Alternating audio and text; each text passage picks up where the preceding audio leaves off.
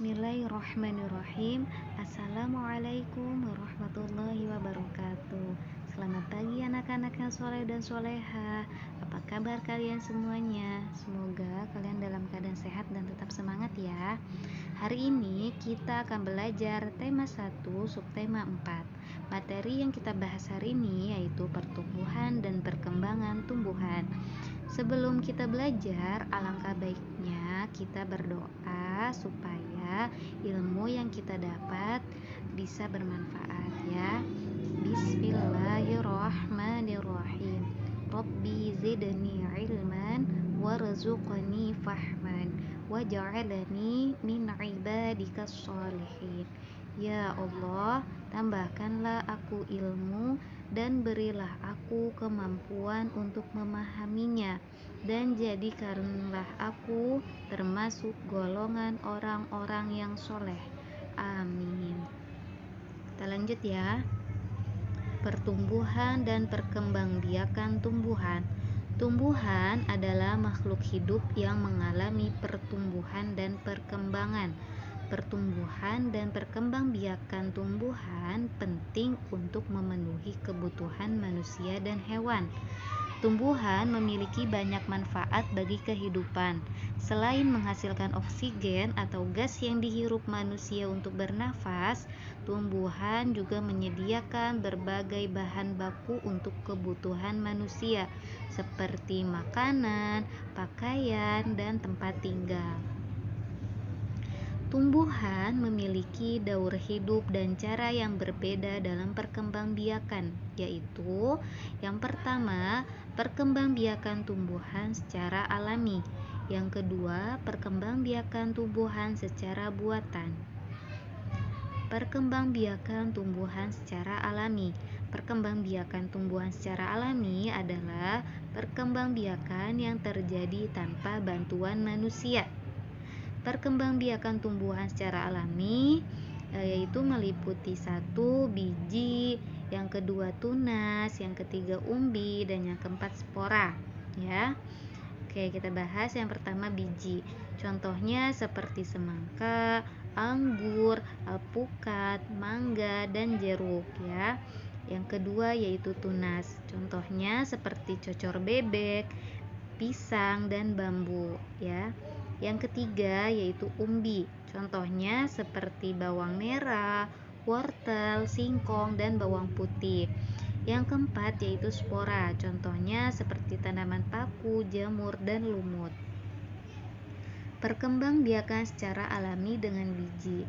Fungsi biji yaitu untuk memperbanyak keturunan dalam mempertahankan kelangsungan hidup generasinya, agar jenis tumbuhan tersebut tidak punah. Biji berasal dari bakal biji yang berkembang setelah mengalami pembuahan.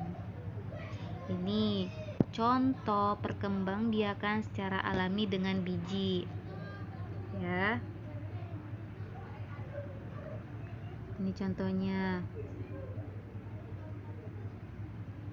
ada pohon mangga, ada pohon jeruk, ada pohon ini pohon semangka, ada pohon jeruk, ada pohon mangga ya. Lanjut, contoh perkembangbiakan pohon mangga ya. Ini daur hidup perkembangbiakan pohon mangga. Contoh perkembangbiakan secara alami dengan tunas. Tunas adalah anakan yang tumbuh di dekat tumbuhan induknya ya. Contohnya seperti cocor bebek, pisang, dan bambu ya. Perkembangbiakan alami dengan umbi.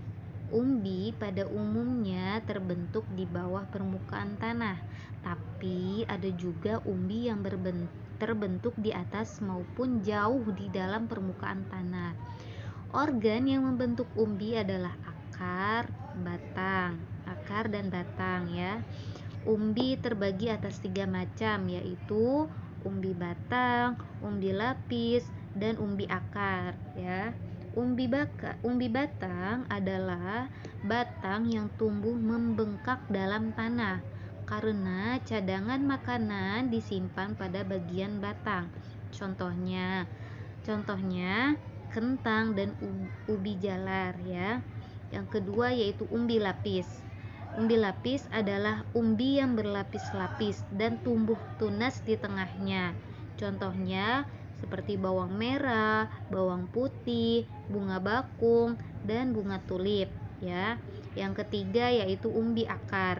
Umbi akar adalah umbi yang bagian akarnya membesar karena dijadikan tempat cadangan makanan. Contohnya seperti singkong, wortel, bengkuang, lobak, dan bunga dahlia. Ini dia contoh perkembangbiakan secara alami dengan umbi ya. Ada bawang, ada wortel, ada singkong, ada bakung ya.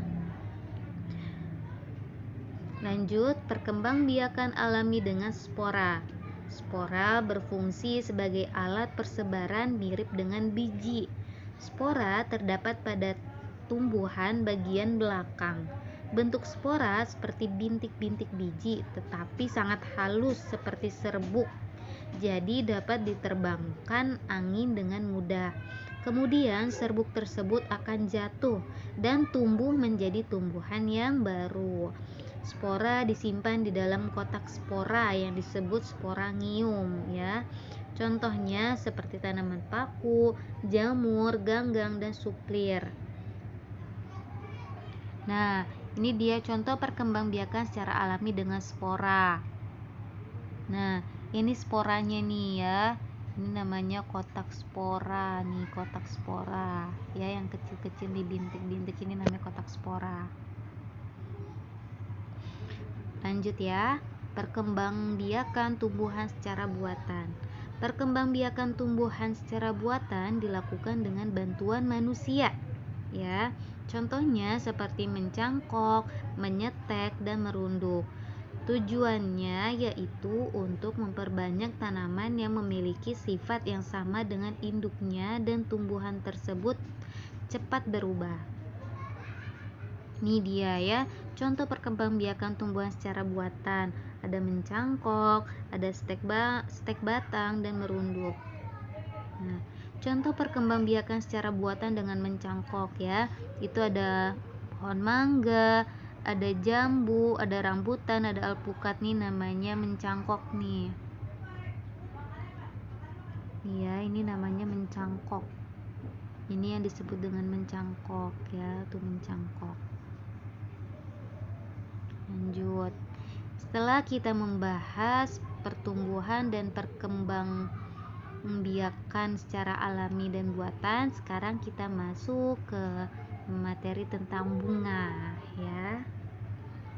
Bunga adalah organ pada tumbuhan yang memiliki fungsi sebagai tempat terjadinya perkembangbiakan melalui proses penyerbukan dan pembuahan ya. Setelah mengalami pembuahan, bunga akan berkembang membentuk seperti buah. Jadi, bunga ini diperlukan dalam proses perkembangbiakan sebagai tumbuhan. Bunga juga bisa mewakili atau menandakan suatu karakteristik suatu tempat yang disebut bunga nasional. Di Indonesia ada beberapa bunga nasional yang disebut dengan puspa ya. Contoh bunga kebanggaan Indonesia atau puspa yaitu yang pertama bunga melati putih disebut dengan puspa bangsa. Yang kedua bunga anggrek bulan disebut dengan puspa pesona. Yang ketiga bunga Rafflesia arboldi disebut dengan puspa langka. Ya.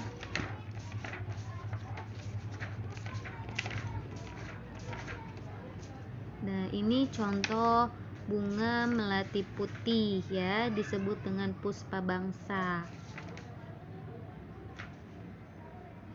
Dan ini bunga anggrek bulan disebut dengan puspa pesona.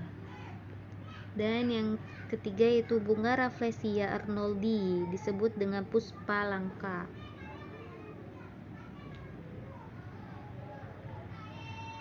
Nah, ini puspa. Ingat ya, bunga melati putih disebut dengan puspa bangsa. Bunga anggrek bulan disebut dengan puspa pesona. Bunga Rafflesia arnoldi disebut dengan puspa langka. Mungkin cukup sekian pembahasan dari Ibu, kurang lebihnya Ibu mohon maaf. Kita akhiri dengan membaca hamdalah. Alhamdulillahirabbil alamin. Wassalamualaikum warahmatullahi wabarakatuh.